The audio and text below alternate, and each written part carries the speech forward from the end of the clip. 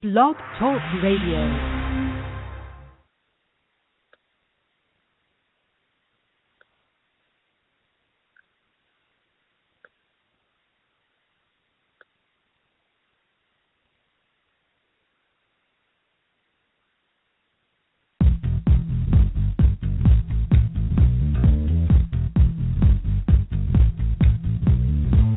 You're tuned into In5D Radio, the next dimension in radio, where we bring you the hottest, in-depth, spiritual, metaphysical, esoteric conversations and news with your hosts, Greg Prescott and Kendra Gilbert.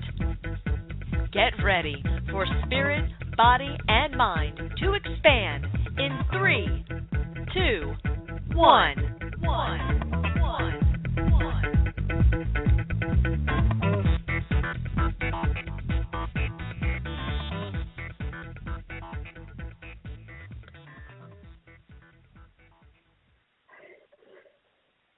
Greetings, everyone, and welcome to Quantum Healing with Candace. I am your host, Candace Craw-Goldman, and today is September 25th, 2015, and this is episode number 2. This program was created to assist humans in this rapidly changing world, and its foundation is based upon the late, great Dolores Cannon's work and humanity's new understanding and acceptance of the quantum world and the role that consciousness plays in shaping both our individual and collective realities. I'm a full-time practitioner of Dolores's method and have had the honor and privilege of working with and alongside of her for several years before her death last October 2014. I'd like to start out by thanking In5D for its support of quantum healing and Dolores Cannon and all of those who continue her work and discoveries in healing. If you love stories of healing and health, consciousness, or if you are a fan of Dolores Cannon and her convoluted universe stories, you're going to love this show. Tonight I'm going to welcome a very special friend and guest, Mary Truitt. And this evening, Mary and I are going to first briefly talk about QHHT, which is Quantum Healing Hypnosis, what it is and what it is not. And then we're going to discuss this amazing healing and adventures of Mary's recent client, Miguel. So what I'd like to do now is welcome Mary Truitt to the show. Hi, Mary. Mary is a level 3 QHHT practitioner, and she received a BA from Sarah Lawrence College and an MFA from Columbia University, and she taught literature and creative writing at George Washington University for many years before moving to Annapolis and opening her hypnosis and healing practice. And in addition, she's published many short stories and essays, won multiple awards and nominations for her writing. She's studied a wide range of esoteric literature and is particularly drawn to the dream work.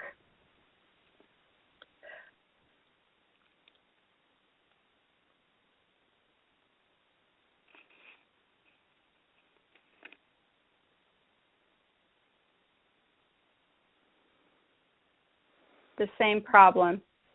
So I'm going to ask, I know that Michelle is in the chat room. Okay, can you hear me, Michelle?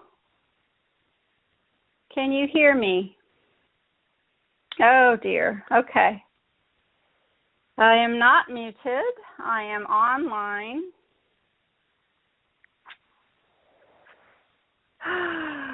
No. Okay, so Michelle, I don't know. Did you hear that? What I said about Art Bell? that quite a few technical issues. I guess it we're just going to have to deal with it. And I'm thankful to all of you out there who have the patience while we figure this out. And I'm looking for my friend Mary. Let's see. Mary, are you there? Yes, I was cut out for a while, but now I'm back, I think. Can you hear me? Yes, I can hear you, Mary. It is truly Mercury in retrograde. This has been a crazy month of energies, and we have proved it in stunning form the first few minutes of this show. There you go. Well, hopefully we've paid our debt. We've paid our karmic debt there. Now everything will be fine. Oh, I say that it will. It absolutely will. So yep. First of all, let me once again, in case you didn't hear me before, I would like to welcome you so very much to this, our very second show of Quantum Healing with Candace. Are you still there? I'm still here, absolutely. Oh, you're welcoming me. I thought you were welcoming everybody else. Yeah, absolutely. Yeah, thank you. I'm so glad to be here. I just wasn't sure if you heard me before. And yes, let's welcome everyone who is joining us this evening and having the patience for us to actually get started while we're doing these hiccups here at first. And so today's show is going to be very, very interesting. First, you and I will talk just a little bit about QHHT, and we're going to do that because not everyone knows what QHHT is. And after we talk a little bit about what that is, we're going to invite your client, Miguel, to the show to talk about a very special session that he had. So why don't we start with, let's define, for those out there in the audience who really don't know Dolores Cannon and QHHT or Quantum Healing Hypnosis, let's define that for everyone. Would you like to take that one? How would you tell somebody who didn't know what QHHT was what it was? Well, I guess, the thing that I would say is that QHHT is an amazing way to explore what makes us tick, whether we're exploring the realm of our imagination or the realm of what people call reality. Through hypnosis, people's resistance to knowing themselves as multidimensional really does lower, and people are able to experience what I would like to think of as sort of their multidimensionality in a very creative and healthy way. And so what happens is, I'm not going to go through the whole history of how Dolores discovered this, but through hypnosis, sure, people explore past, present, parallel, and future lives, quote unquote, and experience incredible levels of healing and understanding of themselves in every way, spiritually, physically, and mentally. Yes, it's absolutely true. It's the exploration of consciousness with the idea that consciousness is king, really, and that it can accomplish so many things, and sometimes in a stunningly fast and very direct way, and sometimes in a more slow and subtle way. So it is all things. What I loved about Dolores's work was it embraced it all.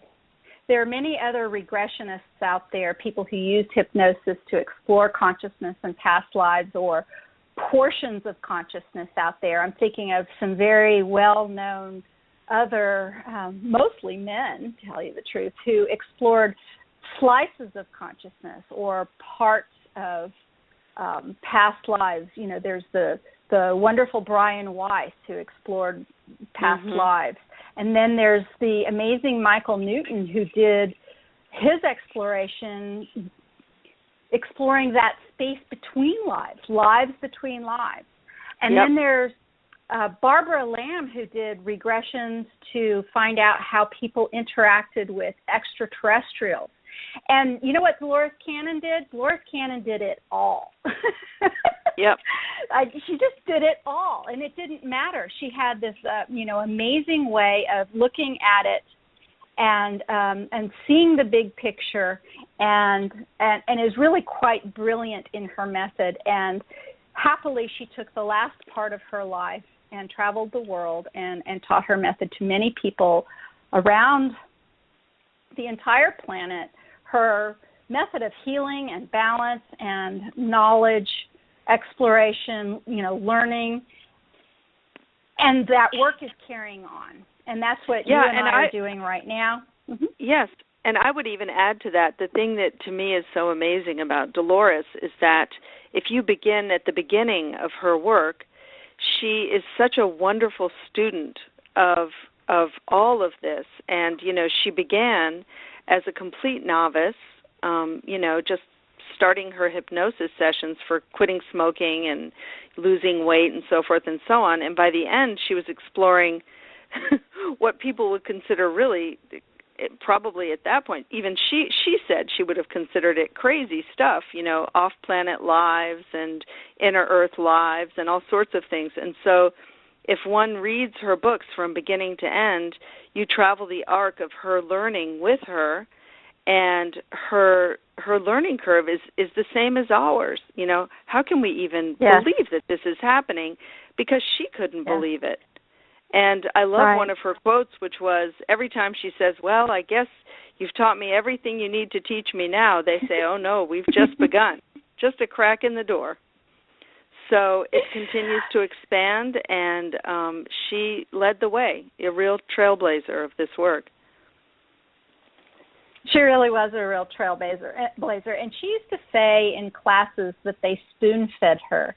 And I kind of liked that. And I think it's how we all come to this. We get a crack in our psyche. We get a crack in the matrix, as Michelle might say. Something breaks down in front of us, and then we start asking questions, and then things come tumbling down. And with QHHT, that's the way it worked. And Dolores worked almost 50 years exploring consciousness in this way. And she started out with past lives, and then, like Mary said, just built upon that and slowly built upon that until we are where we are today. And I would say, it's just right at a year since Dolores left the physical plane. And I would say that we have even made new discoveries even since Dolores has passed. Wouldn't you say that's true, Mary? Yeah, absolutely. Absolutely. It's growing. It's never stops growing and expanding. It really is. I had a client just today, and I'll throw this right out because I thought it was so amazing. One of the reasons I love this work so much is I learn something absolutely every day.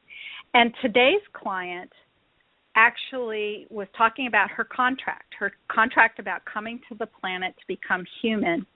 And her SC, which is what we call the subconscious or the superconscious or the soul's consciousness, we like to shorten that to the term SC because, as Dolores said, they don't care what you call it as long as you talk to it. But the great power that has the answers was telling my client just today, just a few hours ago in session, that she had a contract for her human life here, and that her conscious mind was kind of breaking the contract, trying to take control of the contract.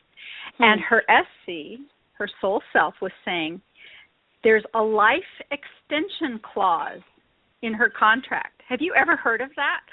No, I haven't. Heard of that. No.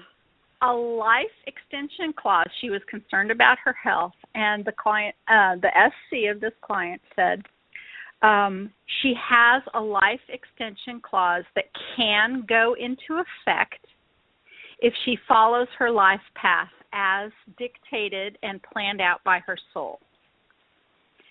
Meaning she can live a much longer, much healthier, much fuller life if she tames the kind of ego, analytic, conscious mind that is trying to control all of the details in her life. If she can kind of put that portion of her being over into the passenger seat rather than the driver's seat, she can have a longer life, and the extension of her lifespan will be enacted as far as her soul contract goes. I thought that was wonderful. Stunning. Yeah, and especially because probably through the session today, she has that choice of whether she wants to extend it or not. I see. And so we're still saying we're having problems with echoes. I'm going to turn something off, and you tell me if you can still hear me. I'm going to count to 10, so you tell me if you can hear what, Candace? This is kind of crazy. Yes. I think we're okay now. My friend who told me that they were having echoes say that they're okay now. So I think we might be all right. All right. I'm trying to understand if there's okay. I just got a message too. There's no echo problems. Well, thank you. Thank you, everybody. Trying to figure out this system. It's brand new to me. I appreciate your patience. It looks like we may have the echoes under control. Again, Mercury in retrograde. So, good. So that's QHHT, so many things. So in QHHT, in Quantum Healing Hypnosis, in the exploration that Dolores Cannon had mapped out for us in consciousness, we accept clients to be Indiana Jones in their own minds. They come for a variety of reasons. Many come for health concerns. Some come for relationship issues. Others to learn what their life path is. But in the construction of a QHHT session, we first have some sort of exploration. Now, that used to always be past lives, but it's no longer that. It's these other things that can possibly come forth, like Mary described. And after we have that exploration, we then talk to that larger portion of the client, the SC, the bigger part, the soul self, the higher self. And that is the part that helps us with healing and answers questions. So that's the basic construction and the basic framework of QHHT. And now that we've sort of defined that, I'd really like to know, Mary, about this fabulous session that you have with this client of yours named Miguel, who we hope to talk to here a little later on in the show. Would you tell us about his session? Sure. His session was interesting because it had a lot of the elements that we find in clients who are seeking QHHT. So he called me and said, I need a session instantly. I have this imperative. Mm-hmm. I've discovered Dolores' work, and I must have a session as soon as possible. And he lived 5 hours away. I said, hey, there are lots of practitioners up there. I'm very busy in the next couple of weeks. And he said, no, I need to come see you. There was another practitioner he had thought about going to, but they were also very busy. And I just felt intuitively this guy just sounds really like he needs some help, and I switched some things around so that he could come in. And he felt very, very blocked. He said that he had many insights and sort of intuitive flashes, and in fact he'd even had a music teacher who had called him into his office years ago who didn't even know him, who sort of made a prophecy about him and said, your sound is your sword. You need to fight your battles with sound now. He's a very talented musician and songwriter, and he'd had all of these things, and yet he could never act on any of his things. He's very, very stuck. And so his purpose for wanting to come to the session was to unstick himself and to be able to move forward into some direction that was healthy for him, and also that served the higher purpose he felt he had. And he is a nurse, and so he works in the healing arts. So he has these kind of two lines of his life. One is being a musician, and the other is being a nurse and helping people that way. But as he said, he's an overthinker and trapped in this kind of which direction does my life go in next. And part of that also is that he'd broken his ankle a few months before, a very, very bad break, and he'd been really, I think, almost on bed rest. His ankle had been in some kind of cast for 10 weeks. He had very serious scoliosis, which is a curvature of the spine that he'd been born with. And so his legs and hips were out of alignment. He had a terrible heart problem where as soon as he began to exercise, his heart would begin beating out of control very fast. He had problems with his ears, with not being able to hear well, not being able to see well, astigmatism. He just had many, many physical issues. And so he came in for a session, and I think, we hit on a lot of things. He had a parallel life, which had to do with the shift of the planet, which a lot of people, I think, probably know about if they're listening to this show. Right. And what we saw was a similar theme in all of the lifetimes he was shown. So, I mean, I can talk a little bit about that if you like, or we can Sure. wait for him. So do you want me to actually go into what the lifetimes were? Sure, yeah. Okay. So, we had our interview, which lasted, I think, about probably 2 or 2.5 hours. That's something we do as QHHT practitioners. We have a very long interview with the client, and, we just unpack their experience, mind, body, heart, spiritual needs, really give them a safe space to talk about their lives. And that creates an atmosphere in which the client can really, it feels comfortable, I think, hopefully, becoming hypnotized and relaxing to the point where they can experience this wonderful work. So we had our interview, and then we went through the induction. And his first life, he found himself on a gray planet with lots of rocks and craters. And he saw himself, I asked him to see himself visually. What is your body? What kind of, person are you? And he saw a white suit with a gold kind of jacket, kind of armored, wearing a helmet. And as he stood there, he looked around, and he was surrounded by a group of what we call grays, the small gray off-planet friends, sometimes friends. And there was one person standing next to him, a gray standing next to him, who's clearly in charge, who was waiting for instructions. So often we find ourselves as practitioners, we don't start at once upon a time. We don't start with a person being a baby and growing up. We often find ourselves, in literature it's called in media res, which means in the middle of things. So you're all of a sudden, either in the middle of a battle where someone's being, stabbed to death, or you're in the middle of something. So this moment of decision, very important moment of decision, he's looking around at these grays. He's on this planet, on this place, which I assumed was the moon just because of the craters and the gray. And this gray is awaiting instructions. And the gray wanted to know what to do next. So I asked him, of course, what the decision was. And it turned out that his job, he was what's called a Nordic. He's very tall and thin with blonde hair and blue eyes. He says that he was from the planet Sirius, and that his job was to influence the Earth, influence people who were struggling with moving into the right direction in terms of turning towards the light. There was a lot of influence coming from, I guess I would call them entities who wish the Earth ill, and that his job was to direct and help people turn towards the light.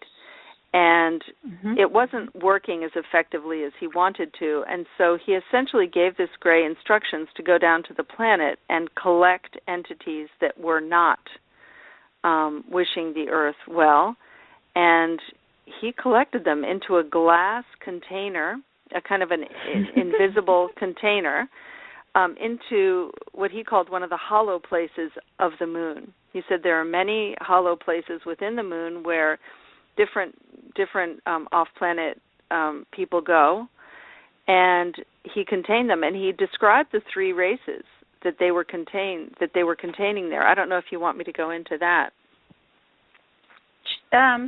Well, Sure, why not?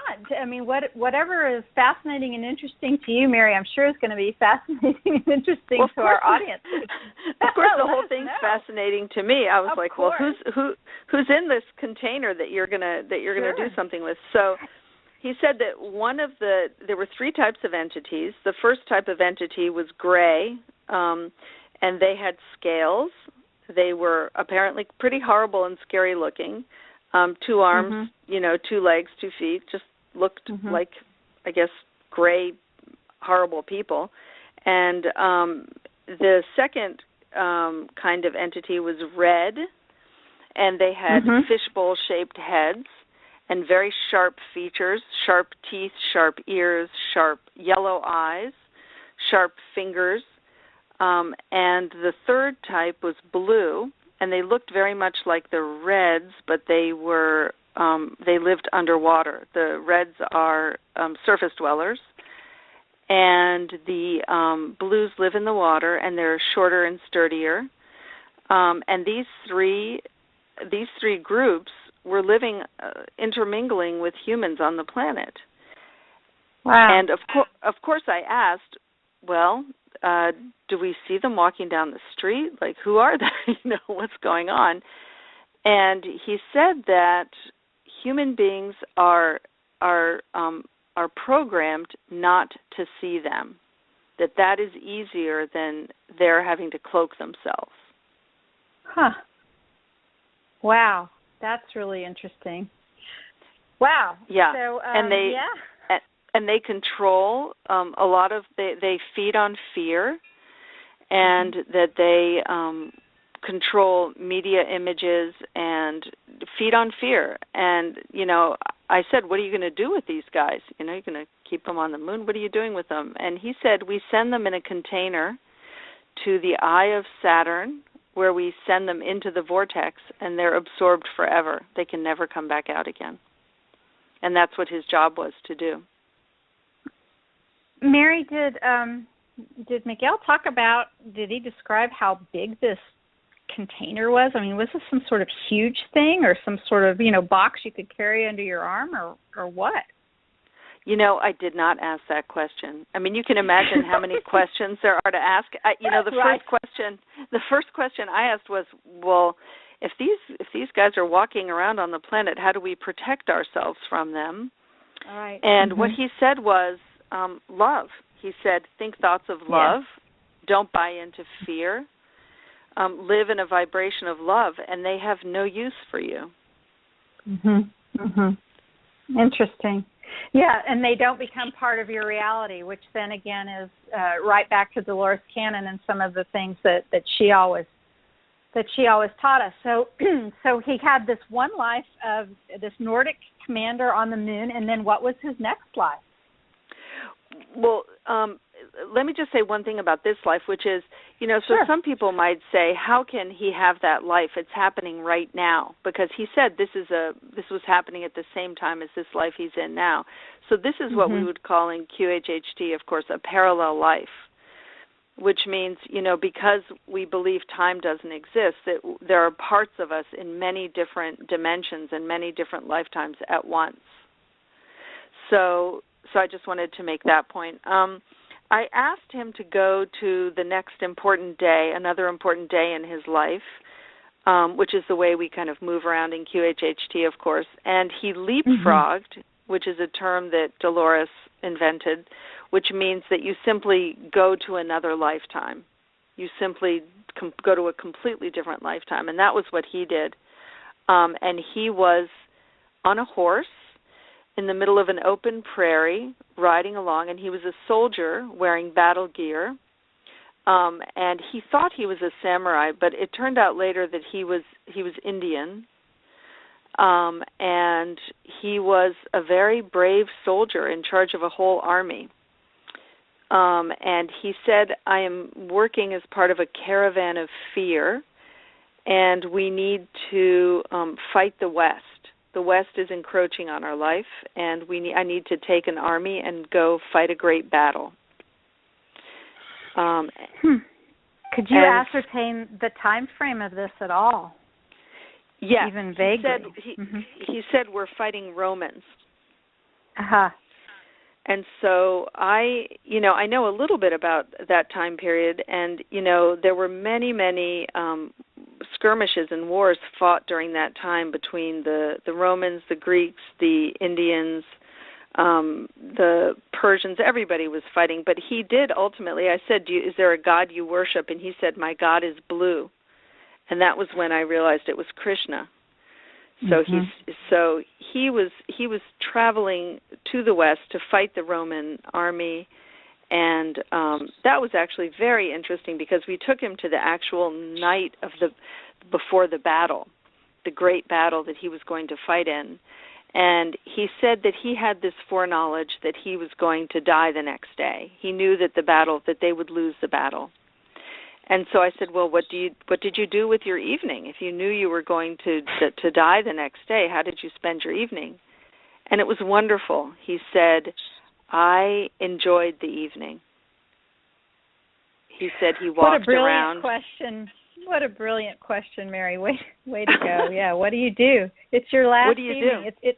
It's like a Facebook quiz thing, but it's actually real, So I said, what do you do? What do you do?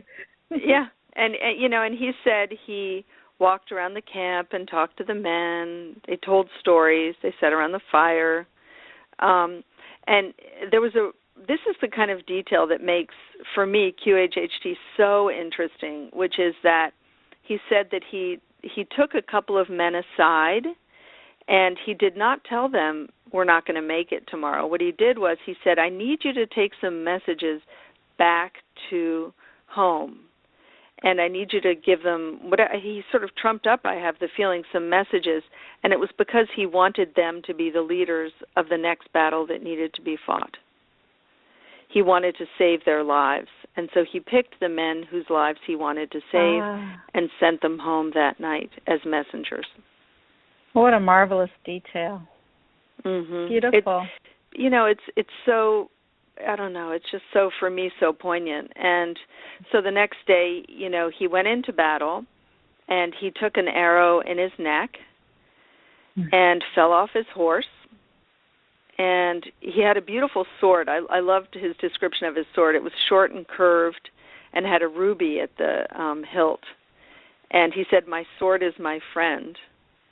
And, it made me, of course, think of what he had told me earlier about the prophecy where the professor from his music school had said to him, sound is your sword. Mm-hmm. So it sort of harked back to that, In this lifetime, sound is your sword. In those days, you had that sword. But anyway, so he fell off his horse, and then the Roman, who was masked, came over to him and took his sword and cut him from his neck down to his groin, just a straight cut. So, of course, he died on the battlefield. And, but he said, I didn't mind dying. I was fighting a good cause. And, he didn't mind dying. And because we see these as an observer, when we know someone's going to be possibly suffering some physical discomfort, we, say to them, you'll see this as an observer. And so they don't feel pain. So that's very important. That's what happened to him in that lifetime.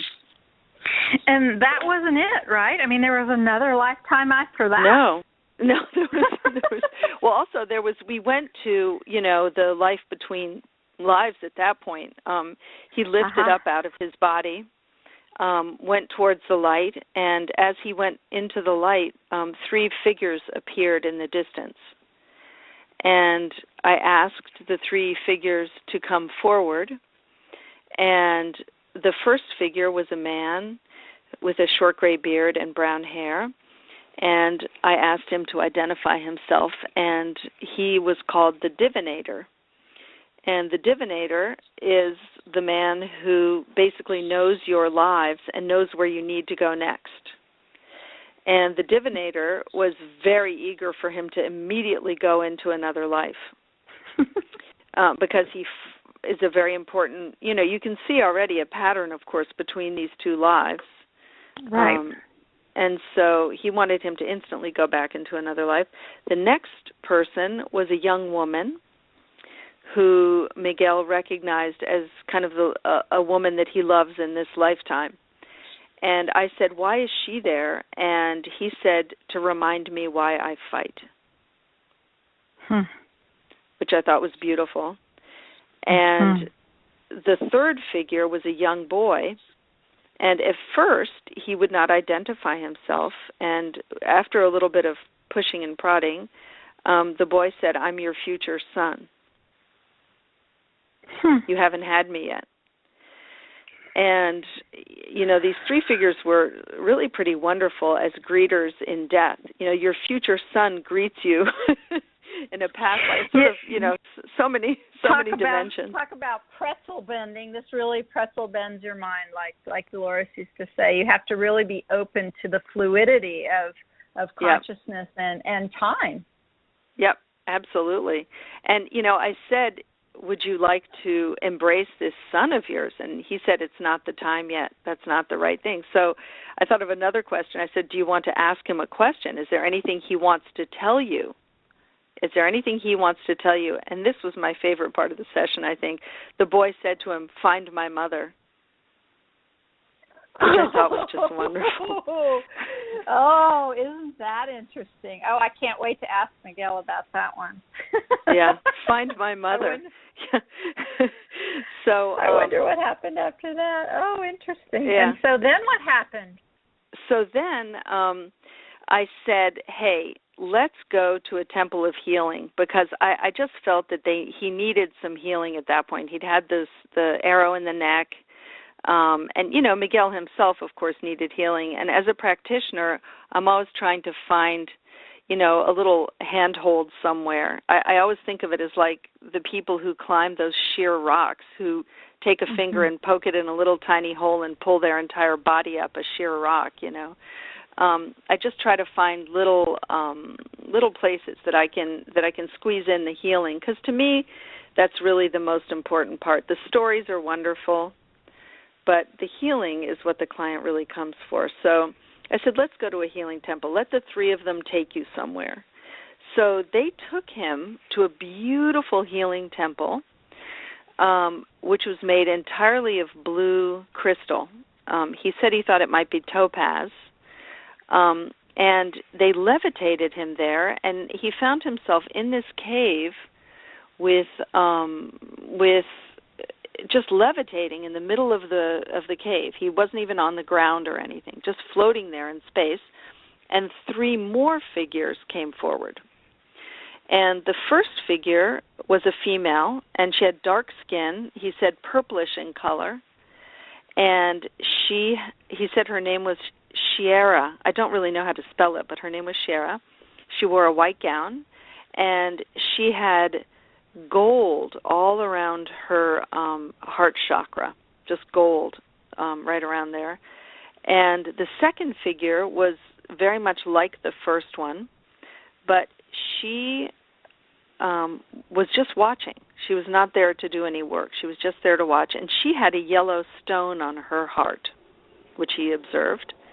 The third figure was a male with black skin, wearing a headdress with stripes on it, like a pharaoh might wear, and a gown of some kind, and he had the ears of a cat.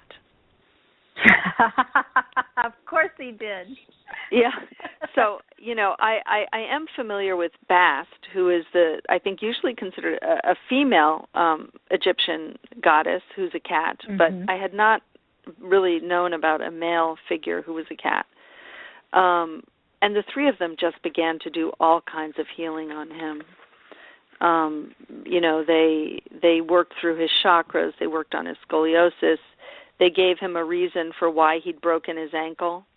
They said his life was going too quickly, and that he needed to protect his heart, and he needed something to sort of slow him down.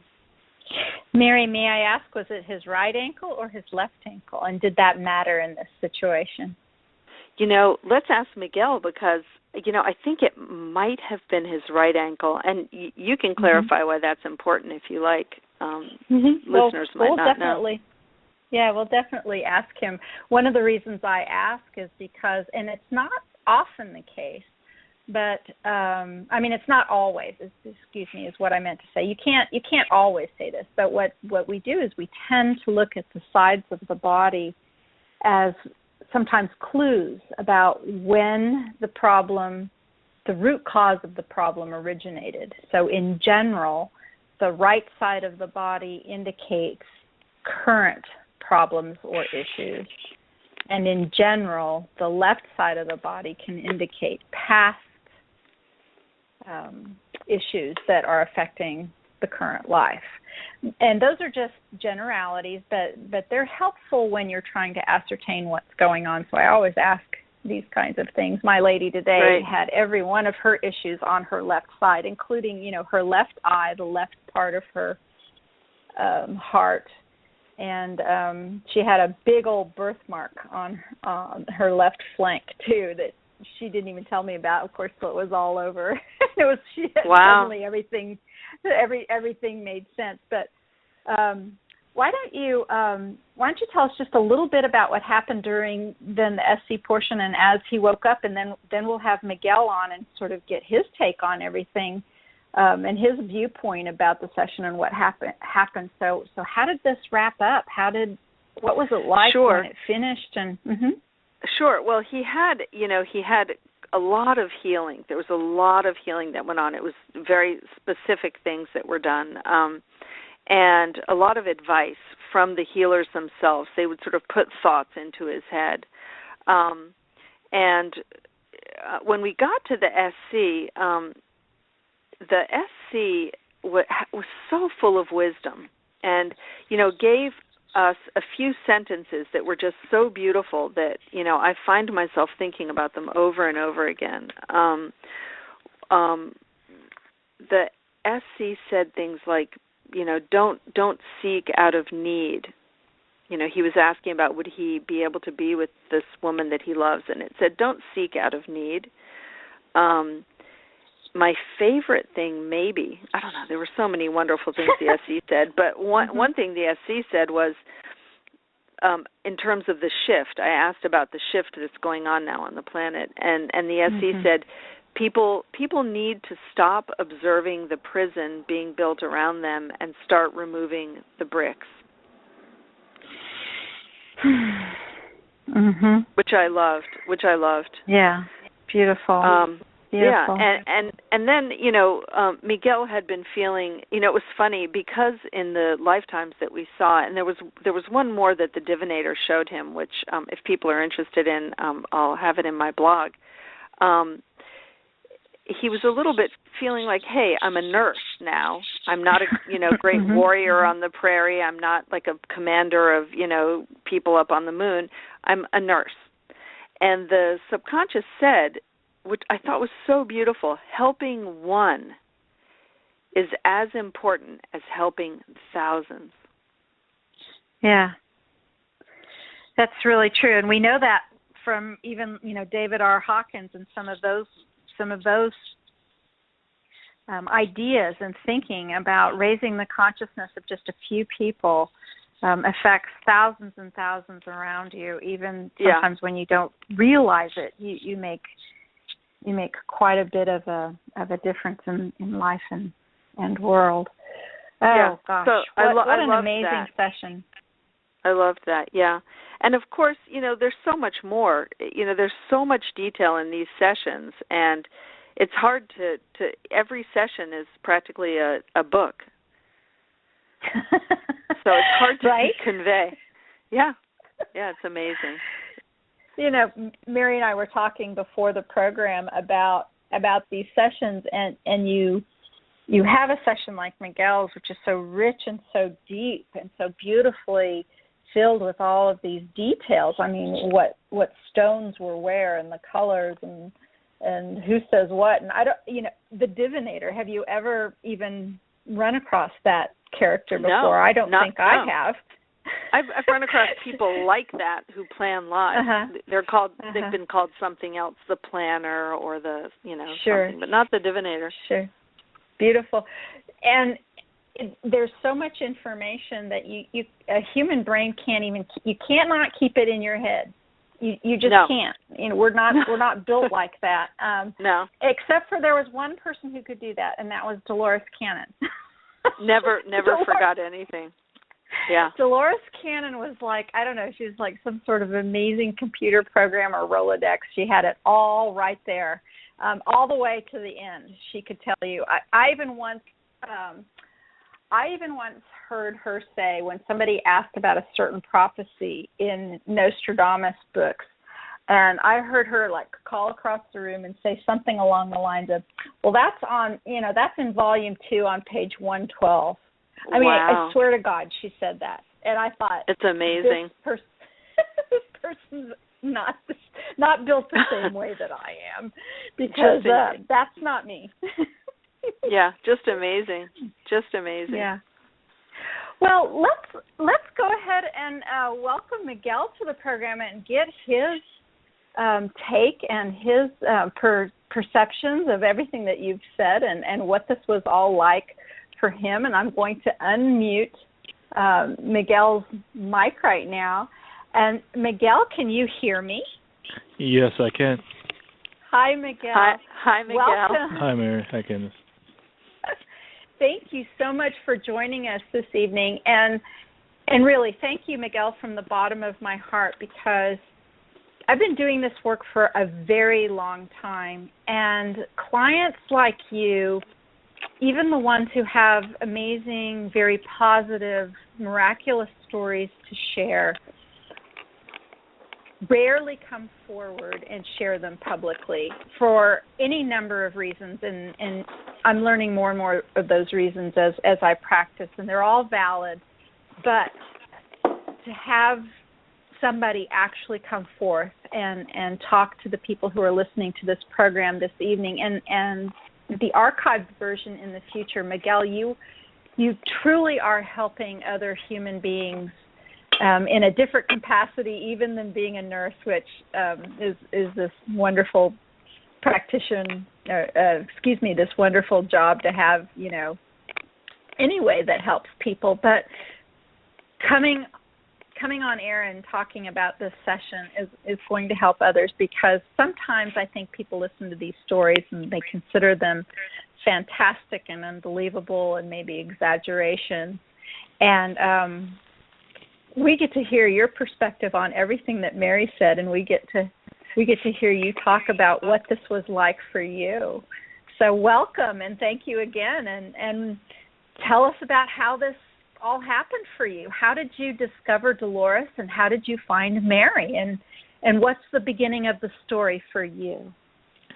Well, I've known about quantum hypnosis for a while now, maybe about 2 years. I know about Dolores Cannon. I'm a fan of George Norrie overnight, so I've heard her before, and she was also supposed to be at a hypnosis conference I attended last fall, but she passed and wasn't able to attend. So I've heard of her in her sessions, but I haven't fully been to one yet.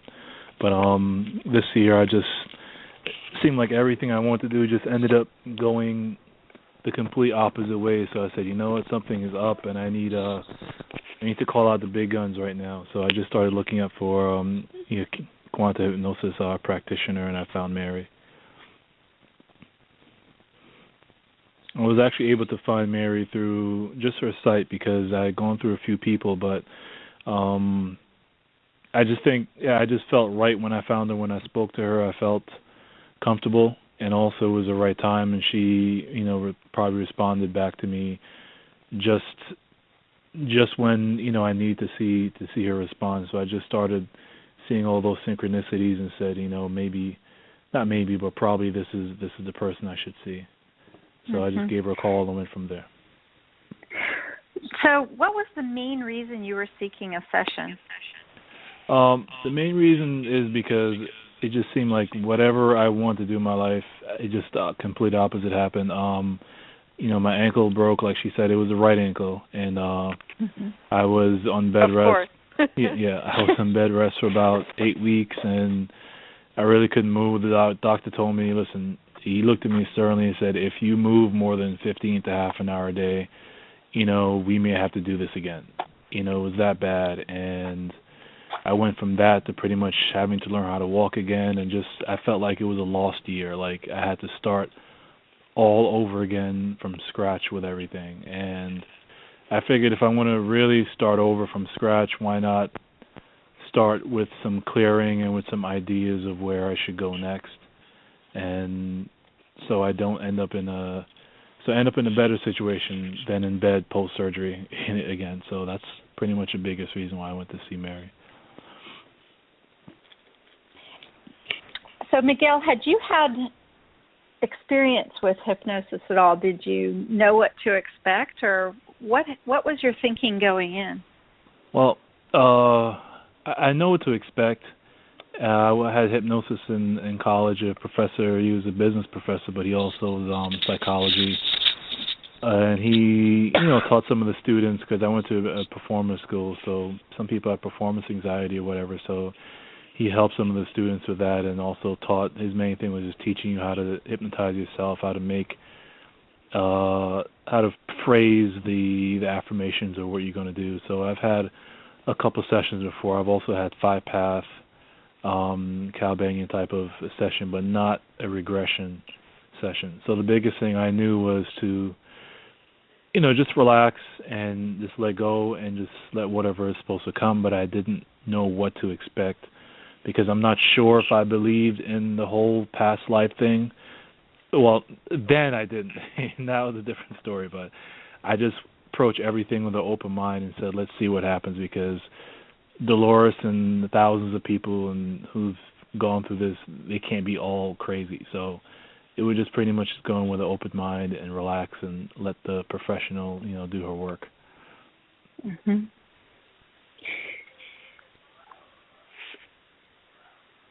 So what did your conscious mind think? Did your conscious mind go along for the ride? Was it paying attention? Were you having a little part of yourself that was analyzing what was going on, or what? Yeah, I think there was a point where my conscious mind came back up a little bit, and Mary kind of smacked it down, maybe about an hour and a half. Down.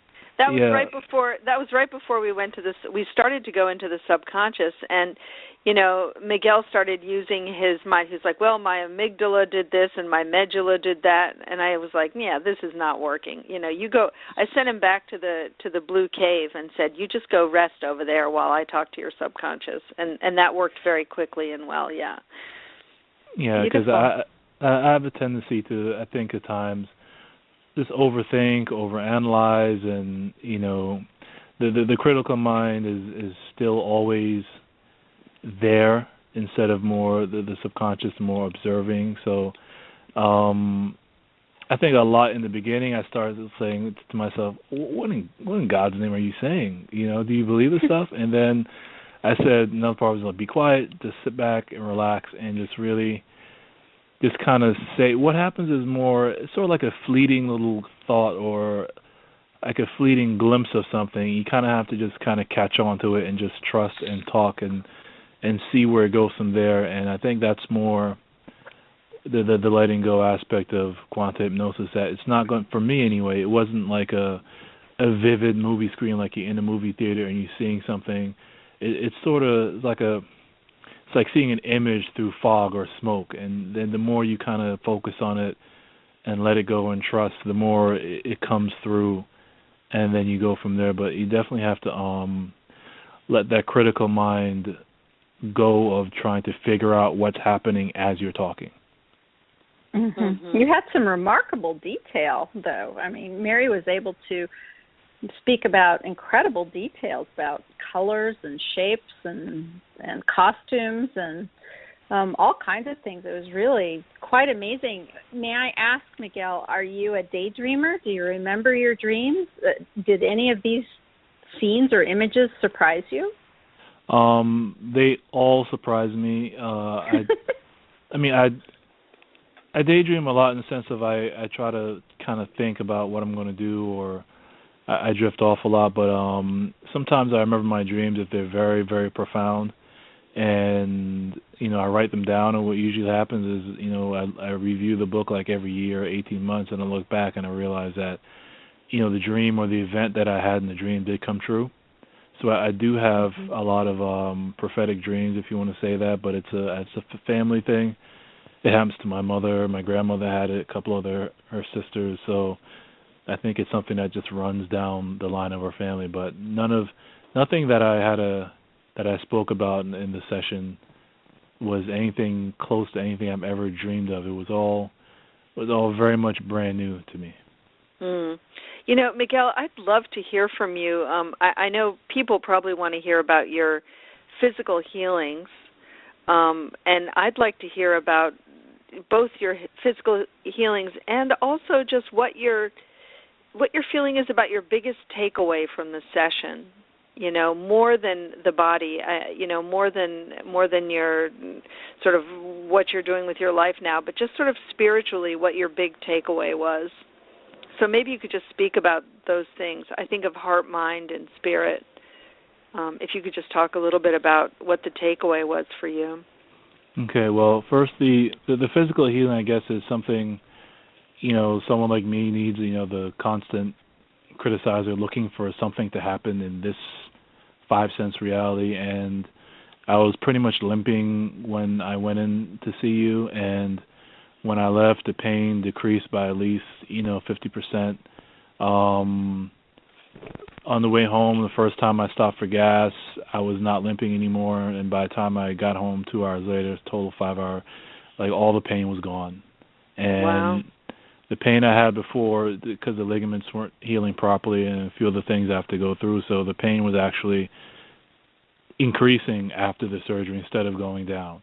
And once I left the session, it had all gone away. And it's pretty much been like that since.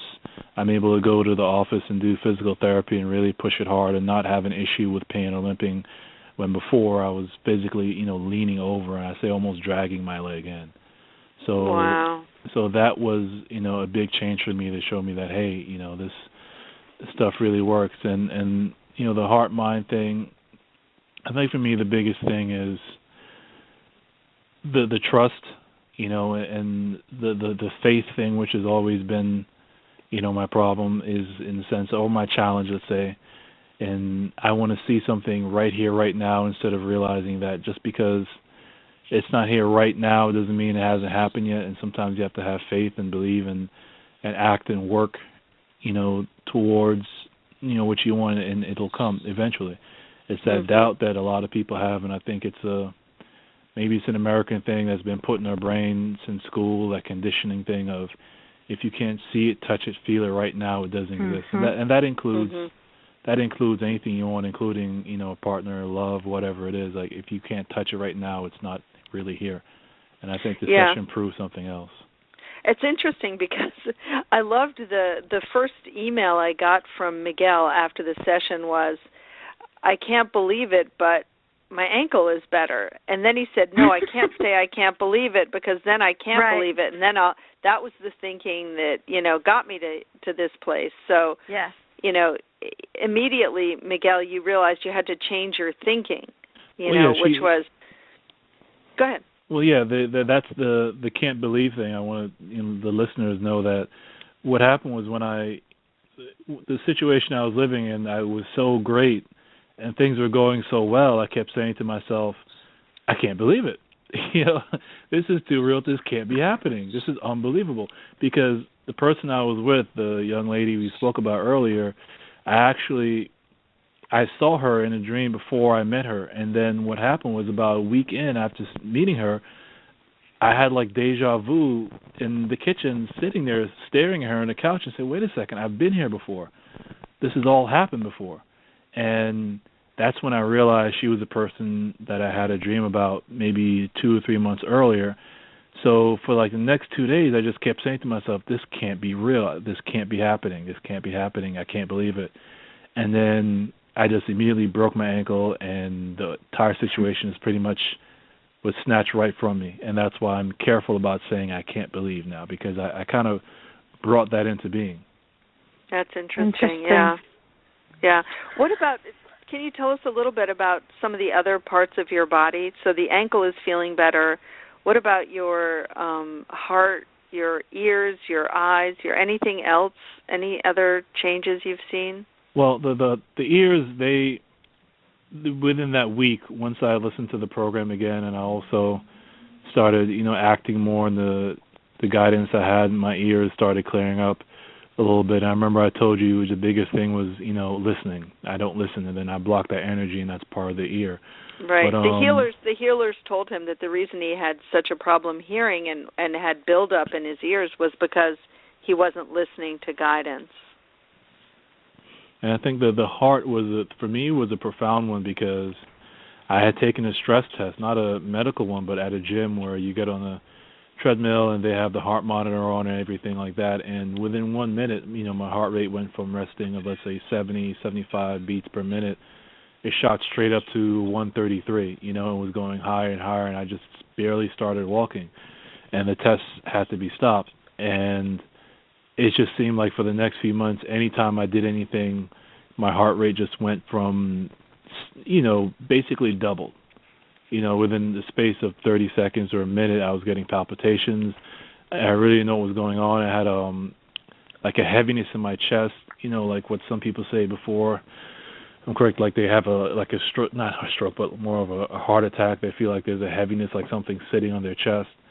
So I was doing some more alternative medicine with that, but what happened was I took a stress test maybe 2 or 3 weeks ago at the doctor, echocardiogram, and with a picture of my heart and everything, and I was on the treadmill, and if it wasn't for, the weakness in my ankle, I would have been able to run. My heart was fine. It got up to 170, and the doctor just stopped the test and said that we don't have any issues here.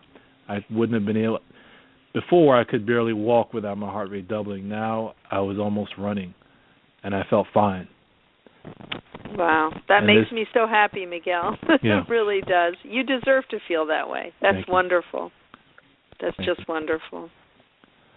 So that's a real, to me, those two things are the biggest things, because I could feel the difference in my ankle, and, I saw the difference in the stress test. I was expecting to get winded and not be able to continue, and they just kept increasing the speed, and my heart rate went up to the, my normal workout level, and there was no pain, no problem, no residual anything. I felt great, and that, that wasn't happening, just a couple months ago.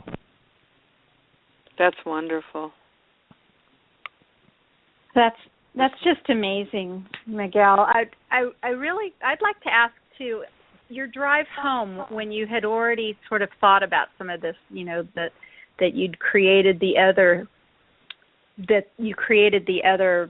thing in your life where you blocked what was coming for you. When you were saying this isn't happening, or when you felt that your ankle was feeling better, what was it like internally for you with your conscious mind? How were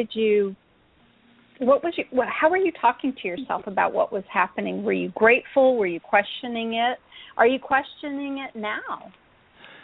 Well, my nature of the questioner. On the way home, I think the biggest thing I try to do was just to keep my mind clear, and keep the radio off, and just keep an open channel to sort of, whatever thoughts or whatever energy was kind of flowing, just let it be.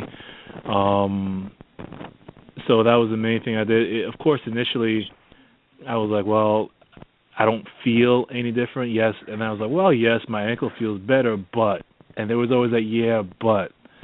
And so the idea for me was just to not really think about it, not go over the session, but I know you just let the subconscious do its work and just process in that sense. And the first time it really hit me was when I got out at 11 o'clock at night, 11:30, going to the supermarket, and I didn't limp anymore, and there was no pain.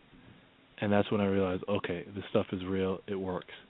And off and on, I have the little doubt creeps in, but then I, listen to the session and I have to realize, hey, you took a stress test a couple of weeks ago, you passed. You're feeling better every day, and the fact that this young lady called me after having spoken to her about 8 or 9 weeks after the session and pretty much said, everything you said is right, you're right about everything.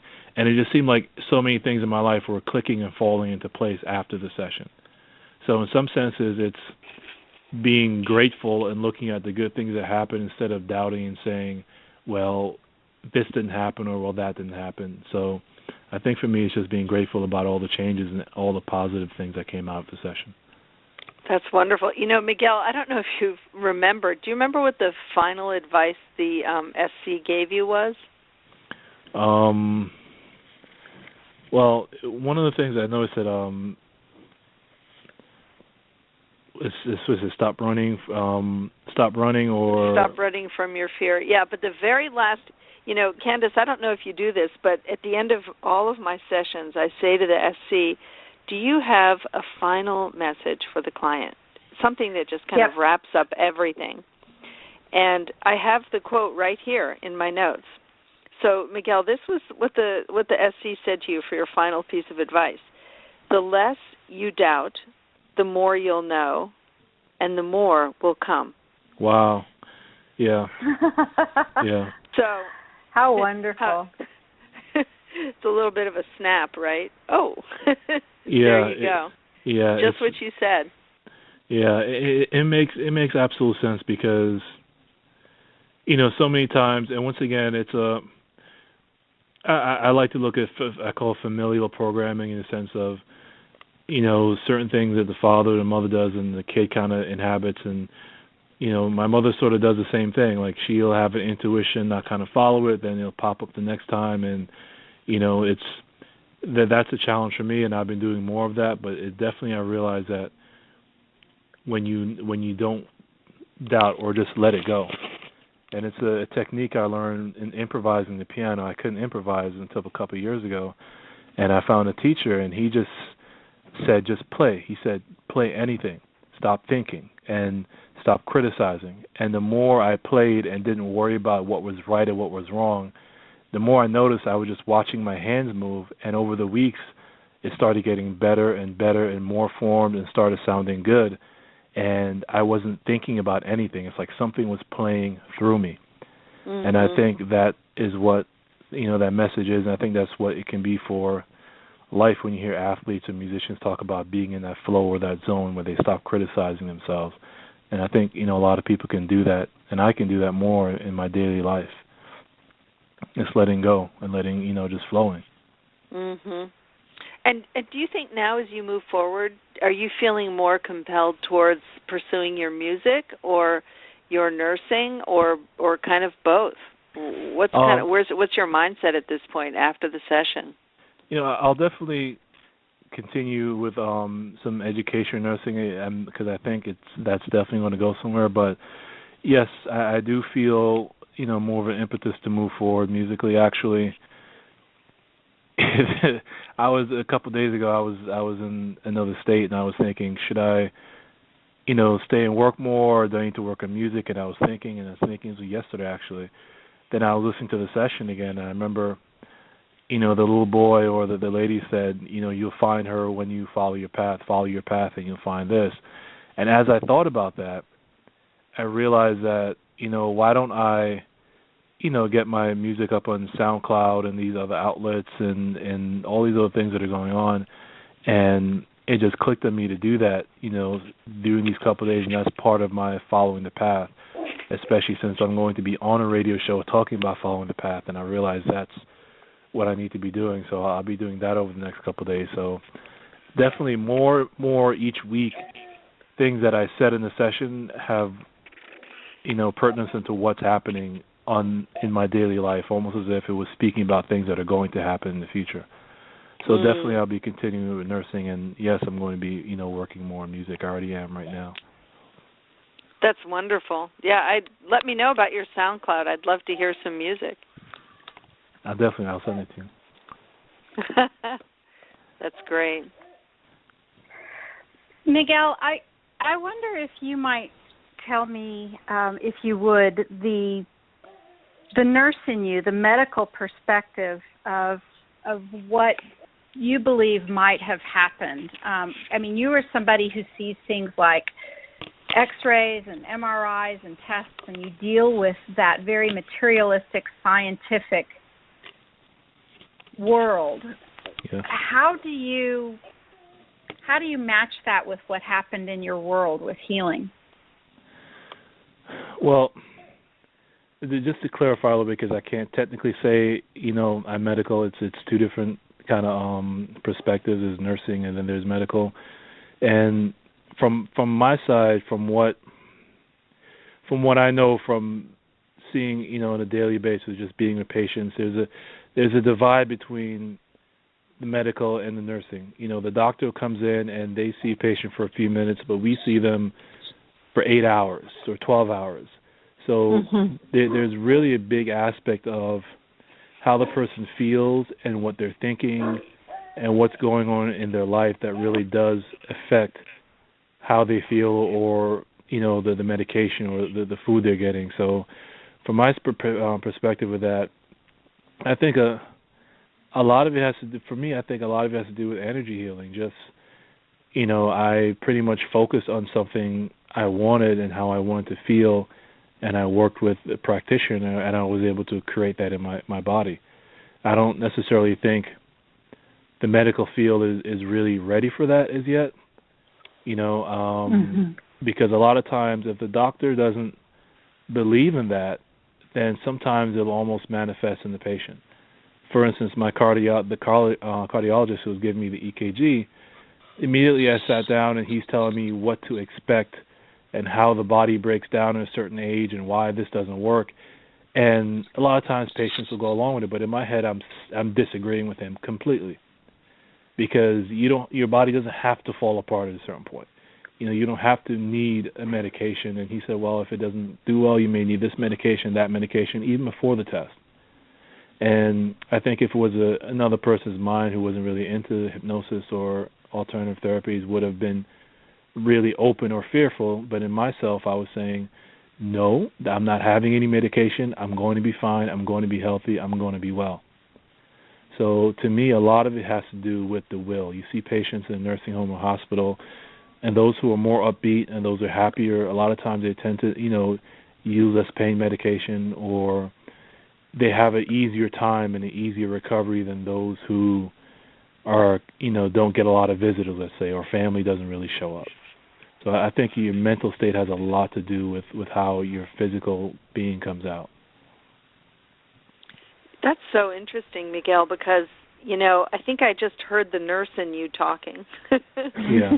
And I think I heard kind of where, this session especially can be so powerful for you in terms of the work you do. And, it's funny because, when I was younger, I had so many friends who went to go out and do Peace Corps or do, all these great works. They had this calling to go help the universe get better and help the world and help thousands of refugees. And I had a very good friend in college with a beautiful heart, and she went and she worked in refugee camps in, I've forgotten which country it was in Africa, but really she just spent 8 years immersed in living in a tent and just helping child after child after child after child, dying and just whatever, dying of thirst and starvation. And after about 8 years, she looked at the line of people at the tent and she thought, it's never going to end. And she moved to Italy. She married a count with lots of money, and she lived a beautiful, happy life, being very selfish. And, she said, but what she did was every day she would help somebody. And I thought about that. I thought about her so much when in your session you said, you help one, it's the same as helping thousands, because we all know that we could line up at the local, station where there are thousands of people in pain and help and help and help. But God, at a certain point, the beauty of just sitting with one person and looking into their eyes, looking into their soul and saying, I'm here with you. I'm helping you here right now. And that the beauty of that is something that I feel as if you just spoke to us about, letting somebody know that you're there with them and that they don't necessarily need to listen to the doom and gloom of the doctors, or, they can ignore the fluorescent lights in the room or whatever, but that you can do that, Miguel, is an amazing thing. Yeah, it definitely helps. When you after a while, and this one thing, you learn to trust your instincts in that job because your instincts will allow you to leave on time at the end of the night. There are times you feel like somebody is not doing well. One night for some reason, I checked on this resident. You just kept feeling to check on them, and 4 o'clock in the morning, and her congestive heart failure, and she's having an episode. We have to send her out to the hospital. There's always that feeling that this person could die or this person is going out, and you kind of follow it, and you end up going down to a room to check on someone at a time. You shouldn't even be going down to that room, and there they are actually needing you. And that's where that whole thing about, you help one, you help thousands, because, everyone, we're all connected in that sense. Mm-hmm. So you're doing that thing again that we talked about during your session, Miguel, where you start switching to the second person, where you say, you notice this, you notice that, you think that. So, Miguel, remember what we talked about when something turns really personal and important to you. This is when people switch to the you, and so if you could just say that entire thing over again using the word I instead, then that's where you align with your power and with the strength that you have to help people. Do you see what I'm saying? Yes, I see you're trying to get me into my heart now. So yeah, I'm so sorry.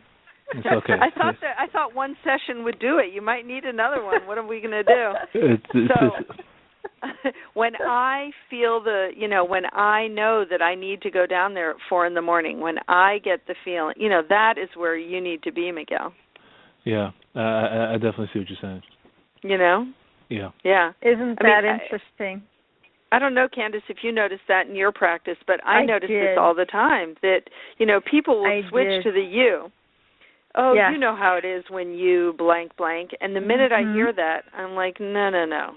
Switch back to the I for me, please, because let's own this. Mm-hmm. No, you're definitely right. You're definitely right. I feel, just thinking about it, I feel a difference there. But I'm working on that. Yeah. Now, there you go again. I'm working on it. How about I got this? I got it. Yeah, right. I am that. Yeah, that's me. Right, right. You know how this brings me to something that I try to say to almost all of my clients while I'm in the session with them or before the session, talking about this idea. The Native Americans, when I read this, it was one of the biggest aha moments that I've ever had. And so when the Native Americans would do their rain dance, what they would do is they would set themselves up for ceremony, and they would, make the circle, and they would take themselves to a sacred place, and they would dress up, and they would do all of that, and then they would sing, and they would dance, and they would have this communication with the Great Spirit. And we Westerners, or at least I did anyway, would think, oh, that's a rain dance. They must be saying God or spirits or Mother Earth, please give us some rain. But that's not what they did at all. What they did was, in that dancing and in that singing and in that praising and in that communication and in that ritual, what they did was they said, thank you for the rain. I feel the rain on my body. I smell the rain in the air. They imagined, they created the idea of rain as real and as an emotional and as amazing that they could in their body. They tried with their imagination. They endeavored to imagine raindrops coming down their body, et cetera, et cetera. So that's what a rain dance was, is they worked themselves into putting themselves into the now moment of rain to bring the rain to them, rather than say, please give it to me. I need this. It needs to come later. I will have it. It was the now. I have it, which kind of aligns with what you were saying, Mary. Yeah, it reminds me of Greg Braden's wonderful work where he says, I think he did a whole book on the nature of prayer and the different kinds of prayers there are. And there's, of course, the plea, which is, oh, God, help me kind of prayer. But, of course, the most successful prayer is when you pray as if your prayer has already been answered. And so I think the Indians who pray, whose prayer is actually the dance of feeling the rain, feeling the mud, feeling that that whole thing of just knowing that it's already been taken care of, and so showing the gratitude for that. And I think that's Miguel. What we're saying to you is, own it. You've got it. Yeah, I definitely agree. I've seen that aspect in many ancient writings. You see that, I think it's in the Bible where it said to pray as if you already have it or received it, and Neville Goddard spoke about that. That's a big aspect in the sense of, I think that's where the knowing comes from. I think I use the example of, if I'm going to tie my shoes, I tie the shoe. I don't have to believe I can or think I will be able to, because that implies some sort of doubt. I don't have to make affirmations saying I can't tie my shoes, I will be able to, because that implies that you can't and doubt. I just tie the shoe, and that's that knowing that we're talking about. Right.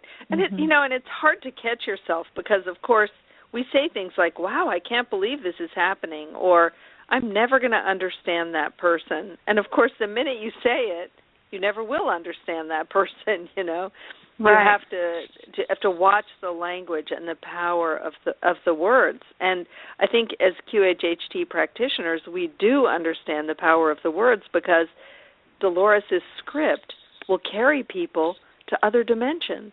And, the script isn't that long. It's just a couple of pages. And yet, when people lie on the bed and they breathe quietly and hear these words, you travel to unbelievably interesting places. So words really are so important. And I think we have to watch our language, Very, we very really important. do. That whole thing that we were told as children, sticks and stones may break my bones, but words can never hurt me. That is just so wrong. I mean, it's so wrong, meaning, if you allow them, and words have energy, and they absolutely can change things, and they can be very hurtful. And sometimes, I don't know about you, Mary, but I deal with a lot of abuse people, and human beings can put up with sometimes physical abuse easier than they can put up with mental abuse or emotional abuse. They really can. You can talk to some children who have now adults who've gone through horrific childhood, and sometimes they were given the option, do you want to be, beat with this belt, or do you want, something else? And they would take the beating because it was easier. It was more straightforward than whatever sort of emotional or, societal or mental abuse that might come down the road, and also why we as a culture has decided that something like solitary confinement is one of the worst things that you can do to anybody, and right. All of that is mental, all of that is in your head, and it makes a big difference. I just got a message. Go ahead. I was just going to say, I got a message from a friend of mine in Australia who has a question for Miguel. He says, I have never had a regression of any kind. Were you in any way afraid or concerned about the process of hypnosis before you came to it, and how did you deal with those fears, if any? And he says, listening in Australia. Hi, Australia. No, I didn't have any fear of the regression process, and I think a lot of that has to do with the initial talk you have with the practitioner. When I spoke to Mary, I felt very comfortable, and she just has a warm, compassionate voice, and even during the pre-talk, you just feel, I feel, just comfortable. You, Thank you. I felt comfortable and cared for, and at that point, I was able to relax because I didn't really have any fears at that point, because I knew that she knew what she was doing, and everything would be fine. And I also know that a lot of times in these processes, the biggest fears come from resisting, and when you resist, that's usually when the situation is gets more challenging instead of just letting it go where it's supposed to go. So no fear. That's a great answer. You know, when people call me or contact me through email and say, you know, I might be interested in a session, you know, maybe, you know, but I'm in Poughkeepsie, New York, or I'm in, you know, wherever, I say, listen, you had the intuition to find Dolores Cannon. You have the intuition to find the right practitioner for yourself. And so some of that fear, of course, is, you know, what is your comfort level? What is, I think Bashar's the one who talks about the permission slip. What is your permission slip for how you're going to heal and who you're going to talk to? And I really think that there are thousands of practitioners all over the world. Find the one that you feel comfortable with and don't settle for anything less. And if you have to drive 500 miles to get to them, you know, go there. I mean, I say to some of my clients, some people will leave Maryland and drive 500 miles to get away from me and go to somebody else, just as somebody else might drive all the way from, you know, 500 miles away to come here. So, you know, find the person you're comfortable with, and then there will be no fear and there will be no discomfort. Candace, do you think that's true? Do you find the same thing? Absolutely. You just need to feel as if you trust that person. And sometimes it's a simple personality match. It doesn't necessarily mean somebody is better than another person and that the same person may be right for everybody. It's definitely vibrational match, and you kind of need to, you know, follow your instinct on that for sure. And actually, Michelle, there's a question in the chat room, and Michelle would like to know about how long, if it's all right for you all to share, how long did your session last from the moment, Miguel, you showed up to Mary's office and by the time you left? Because these are kind of long days, you know.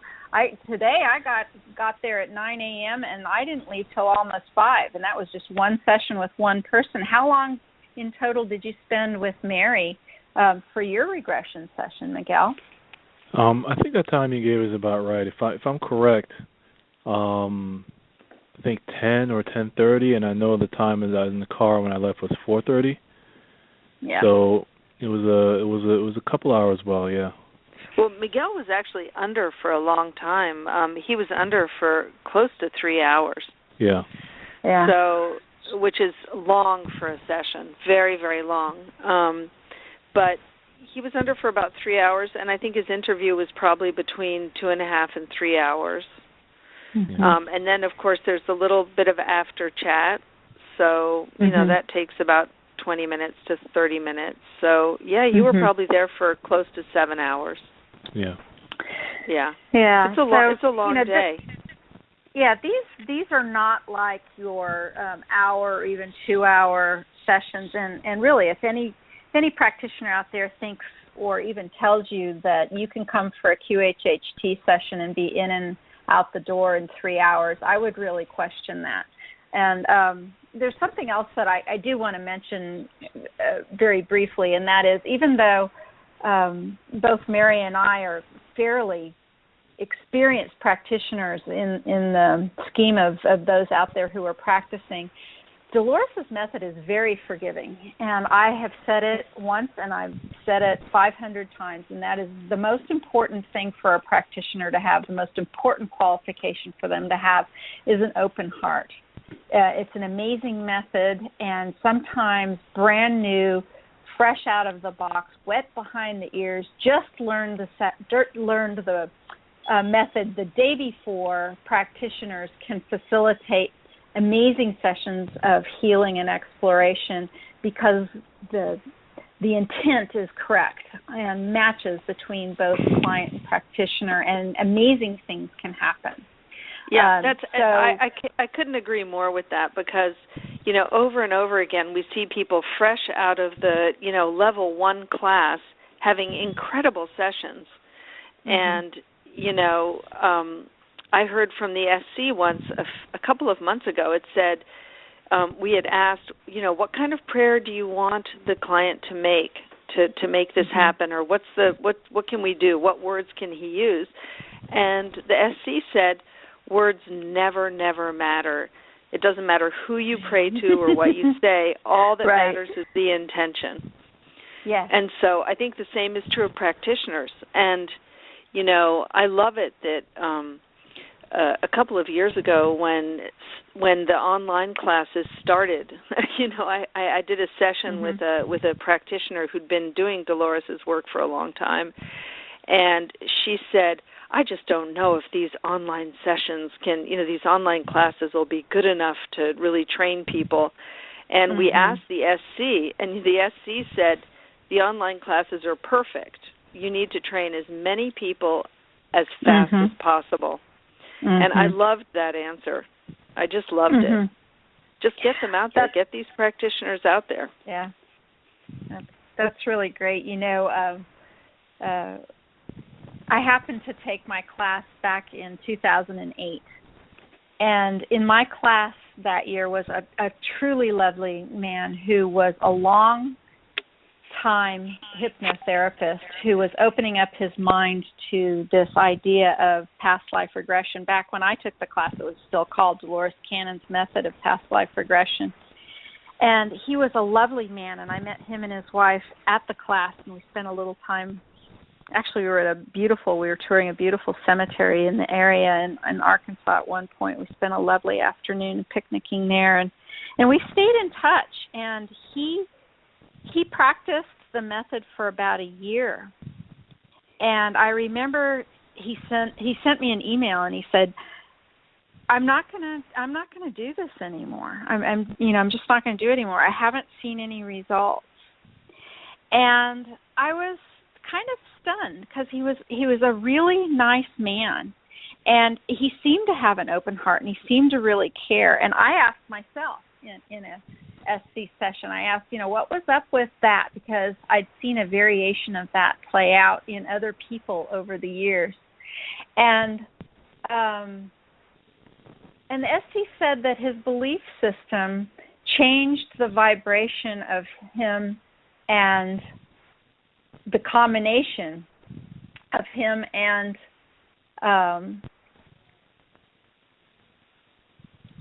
the client together just changed, because he had this doubt that it was actually working, and his doubt changed the equation. It changed the mathematical equation, and it kind of kept things from happening. And so, whereas Mary and I were just saying that sometimes we've seen fresh out of the gate practitioners facilitate amazing sessions because their clients, or the people they were practicing on, were ready, and their intent was to heal or to have discoveries. I've also seen the absolute exact opposite, which is somebody who has done this for maybe even years, and practitioners, and most of them aren't even practicing anymore, but I can think of a couple that I know who gave this method a shot for a couple of years, but had such a doubt in their own mind that the results didn't show, and they weren't able to talk about clients that had healings like Miguel's. And the more and more I thought about it, the more I thought and talked about it with these people, their own belief systems, were stopping both perhaps those that were showing up for healing, or those who were able to show up for healing, and the combination just wasn't working out. And I think it's that. Go ahead, Mary. No, I was just going to say it's interesting, because I read this wonderful thing on I think it was a channel from Marilyn. I think her name is Marilyn Raphael. She channels, I don't know, somebody, the Arcturians maybe, and she said that the way Jesus healed was that he didn't heal, he revealed. And so because he saw people in perfect health and saw people in their complete oneness and their complete healed self, that was how they became healed, which is intention. That's just pure intention. And I believe that. I think that, the relationship between the practitioner and the client is all. The practitioner really needs to see the person as whole and healed right from the start. Well, okay. Miguel, is there anything else that you'd like to add before we thank you very much for your time and give you back your evening? Thank you so much for showing up. Is there anything else that you'd like to say about your session? I think the biggest thing is I really want to come on to let people know and just understand that this is very real. It may seem far out, but it does work. It does help, and I was never one to put my whole business out there on the internet, but I thought that it was important to let anyone who in the future who's going to doubt that this may or may not work, or if I could just sort of push them over the edge a little bit to let them know that it's very real. That's nice, Miguel. You're welcome. That's really nice. Well, I can't thank you enough, too, Miguel. Like I said, it's very rare for people to come out publicly and talk like this. And you're a very special man and very wise, and I've enjoyed speaking with you and Mary this evening a lot. Thank you so much for joining us. Thank you. Thank you for having me on. All right, Miguel, take care of yourself. All right, you too. Okay, bye-bye. Right. Bye-bye. All right. Well, Mary, Michelle in the chat room is going to be joining us now. And Michelle, you are on. I think you have a question for Mary. Hi, Mary. How are you? I'm fine. Thank you, Michelle. How are you? I'm doing wonderful. And Candace, you can join on this as well. But my question is, I know when I took the online class, and by the way, I haven't finished it out. It's been at least 8 months, maybe. I haven't finished out final, I haven't done any more practice on it. But when I took the class, one of the ideas I had was to hope to have clients that I could ask for permission to go into a little bit of questions with the subconscious on metaphysical details. Like, I noticed, Mary, that you had said that you asked about the shift that was coming up. And some people who come in, Candace had mentioned to me that some people who come in, they come in specifically for healing. And perhaps they're not open-minded enough or metaphysical enough to want, to ask that question to their subconscious and it be on their recording or whatever. Later on, they'll be like, what does that mean? So do you just have to play it by ear depending on, you hope that somebody walks in that is cool and open to all that stuff and that you actually have time, maybe 20 minutes, 15 minutes, to ask some burning questions that you always wanted to know as far as energy or what else is, things on the other side. How do you gauge that when you have a client? Okay, that's such an interesting question. So first of all, I will just say that when a client comes in, I have absolutely no expectation of needing anything from them. I never want or need or expect anything from a client, and so questions that I have of a metaphysical nature, I expect to have answered through my own knowing and through my own relationship to spirit. So that's number one.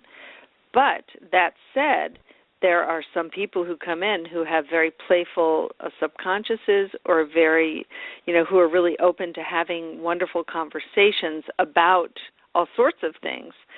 So I absolutely, as you say, play it by ear. So, I'll give you a funny example. I had a client a couple of months ago who came in, and he had the thickest accent I have ever heard of somebody who lived in New Jersey.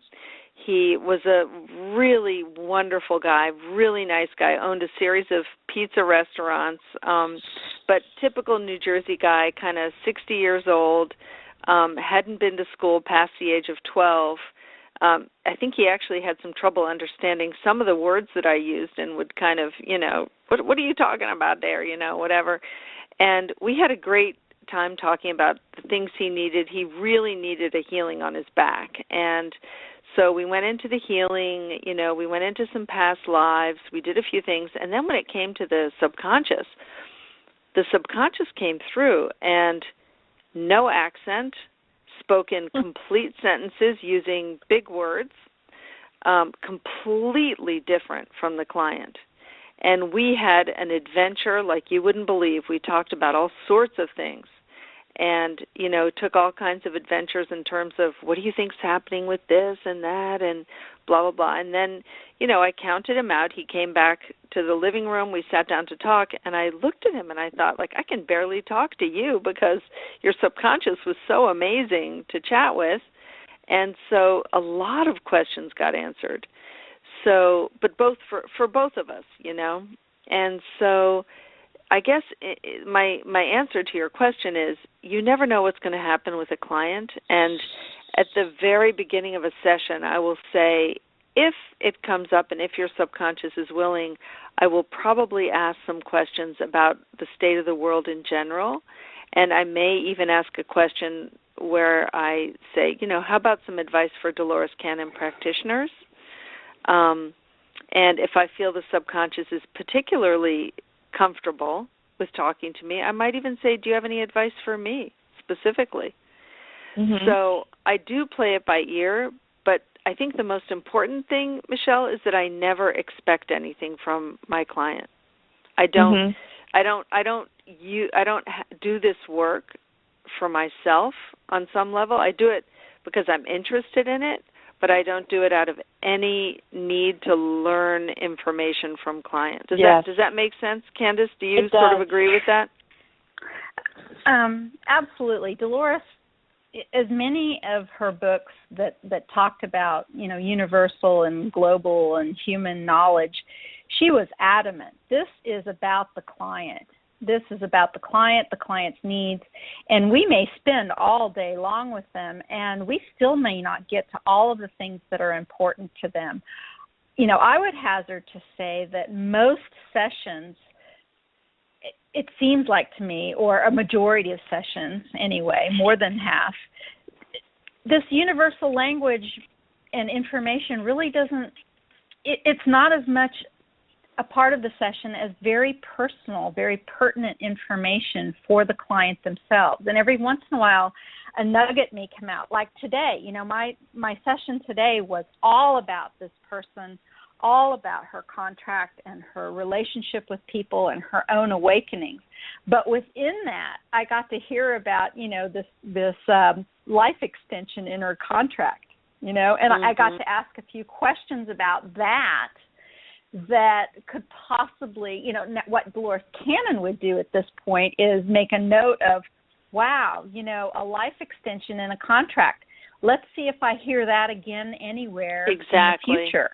Yeah, and then she would begin to correlate it. But she wouldn't go into a session and start asking questions about that. And quite frankly, over the years, and it's been very rare, but I've heard of sometimes practitioners kind of taking that, that in and that, and not being very heart-centered about the connection of that information and asking questions that are far too selfish and personal that would make most practitioners of Dolores Cannon's method cringe. I mean, we just don't go there. No, we don't go there. We wait for the wonderful nuggets of information that come our way if we're particularly aligned and particularly open and the client is there for exploration. We may say, yes, I'm really interested in manifestation too. Can we talk about that? But in general, people show up and they travel to get stuff fixed, like Miguel did. His ankle, his relationship, right. his heart. And if the other stuff comes out, if the other information comes out that we get excited about, that's gravy. Yeah, it's so funny because I think the two most exciting things that have ever happened of that nature to me was at one point I was talking to an SC that was very powerful and very and empowered by the client, and they sort of laughed and said, They said, we like you. And I remember sort of turning into mush and saying, well, I love you. Thank you so much for coming to see me and talking to me. I felt so humbled. It was this sort of like begrudging, like, yeah, we like you. Like, well, you know, we like you. And the other time that was actually really felt totally holy to me, I think, was I had a client who was a hairdresser from upstate New York. She came all the way down here to see me, and she didn't have much education. And in the middle of the session, she broke off and started speaking in ancient Sanskrit and turned to me and said, Mary, you need this, and started saying all kinds of personal stuff to me out of nowhere. And I still sometimes go back and listen to it because the Sanskrit words were beautiful, the advice was wonderful, and she broke off, said this, and then she went right back mid-sentence to what she was saying before. So, you know, in all the years I've done this, I'd say those are the two times when the SC really turned to me and personally spoke to me. And it just doesn't happen that often. So, you know, if I want to know the answers to any metaphysical questions, I just open a Dolores Cannon book. I don't really I'm not looking for the clients to do that for me. Does that answer your question, Michelle, sort of? It does. As Candace knows, when I decided to take the class, my number one priority was helping Greg to heal his back. And I'm a hands-on healer, and he's been to hands-on healers, and we worked on his back several times, and we realized that he was going to need to probably face the past life that was causing the pain, where he was holding on to the energy. And so we thought it would be a really good way to get him healed, and then we began discussing several things, like what if we could get an agreement from his SC to ask questions while I practice on him and do things, and ask questions that we could share with other people. It was all about sharing information about what was coming up, because, you know, we reach quite a lot of people, and we thought it would be fascinating to write articles around, you know. So we were trying to use it in two ways. One was all about healing Greg, and the other was about, well, if while we're there, why don't we ask some questions? And I'm thinking that might have been the block that might have kept us from getting further than we were, because of the expectations or the excitement and use that we thought that we could use it for while we were there. It was like, you know, two birds with one stone type thing.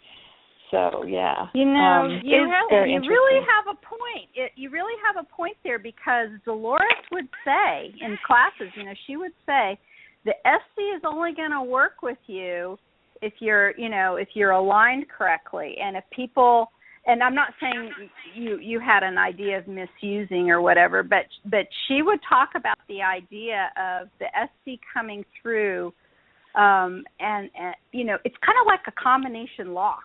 All these things have to be aligned and ready, and we can guess, but we can't always really know. Well, what is it that's off a little bit that is keeping from keeping anything from happening? And I think that you're actually spot on. That may have been one of the things that kind of, you know, let's just say threw a wrench in what was going on, because intent is absolutely everything.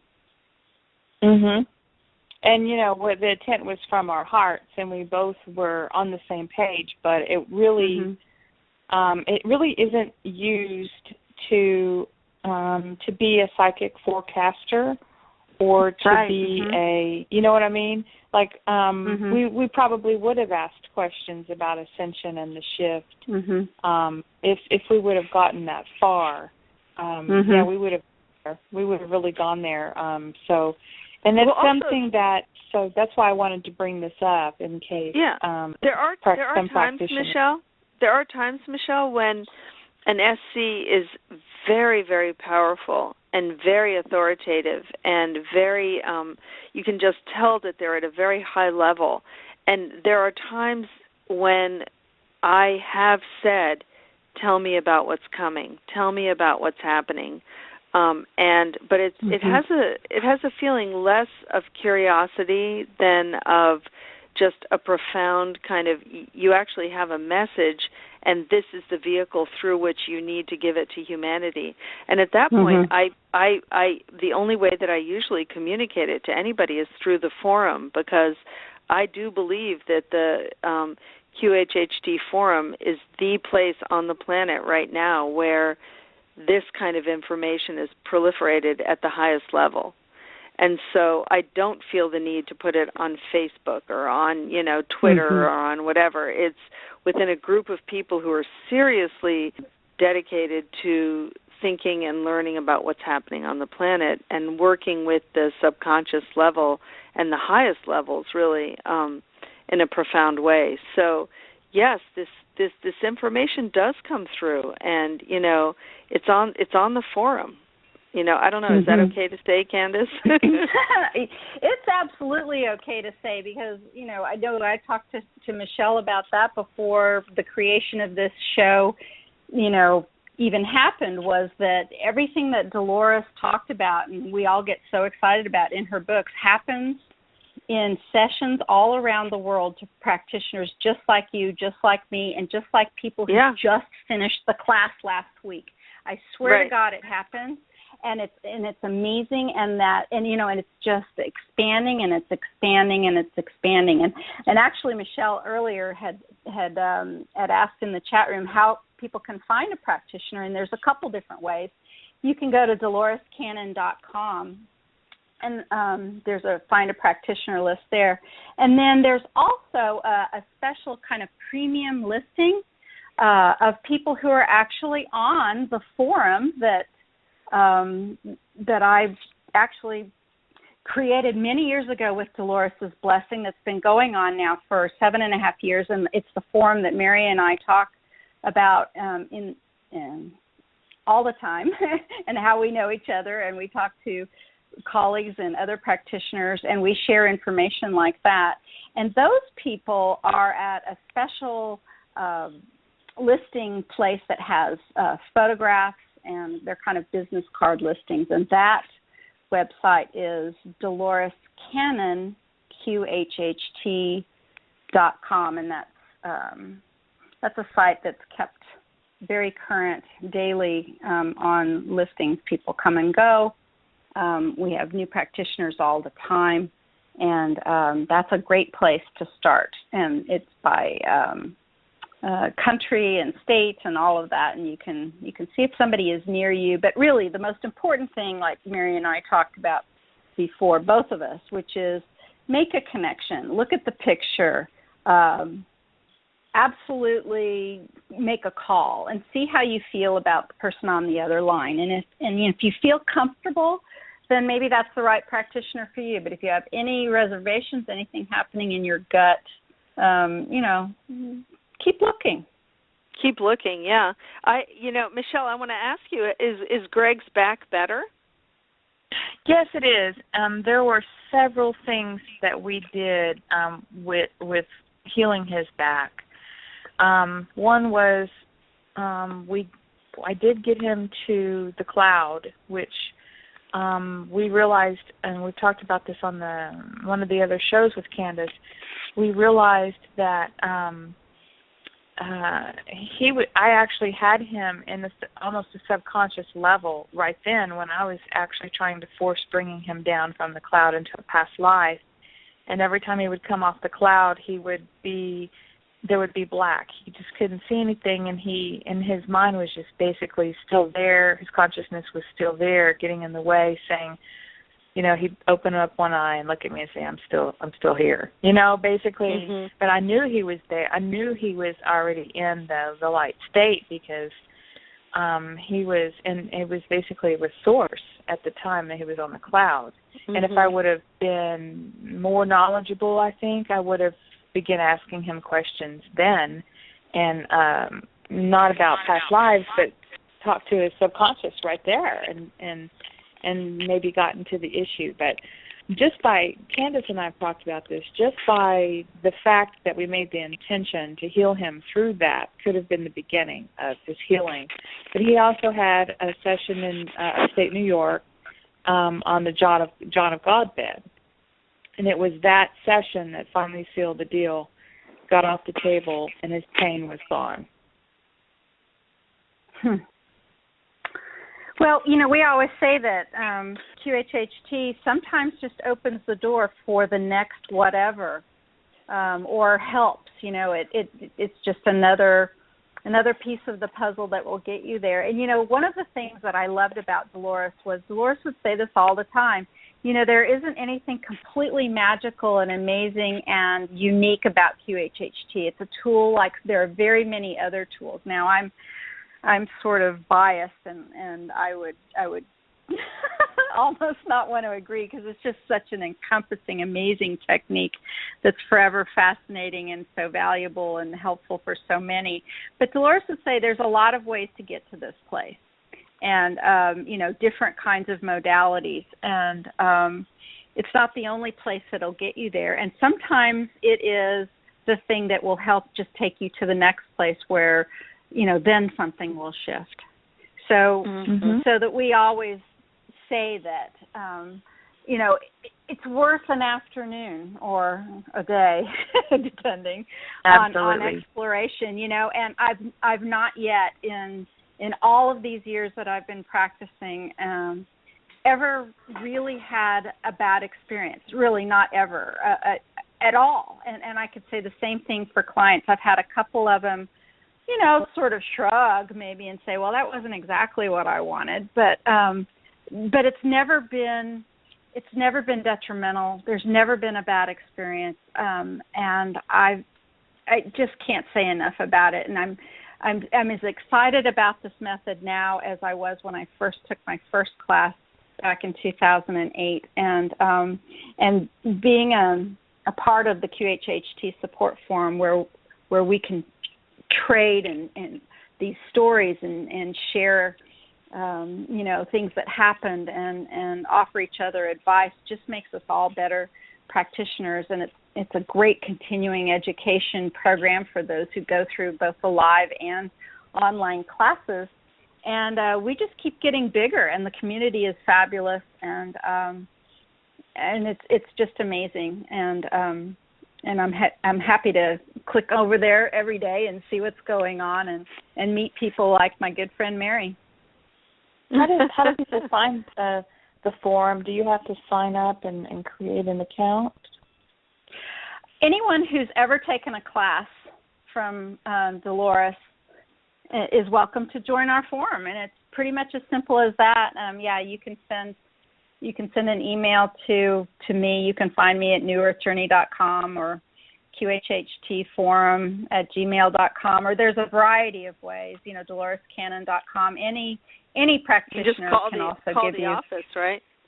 Yeah, and they'll give you information on how to find us. And we're coming up on beginning our 8th year, and we're just getting bigger all the time and all across the entire planet. Well, that's exciting. Thank you for taking my question. Of course. I love the show. Oh, bless thank your you. heart. Well, thank you for coming on and helping, especially at the beginning a little bit with the tech stuff. But like I said, if Art Bell was having tech problems with Mercury in retrograde, he had to cancel his show last night. So I thought, well, we've done better than that. We've had a few hiccups on this show today. Yeah, but we had a little bit of a glitch. Oh, I had a glitch. I had a glitch last night. Brought my first guest on a few minutes prior to the show and dropped completely off.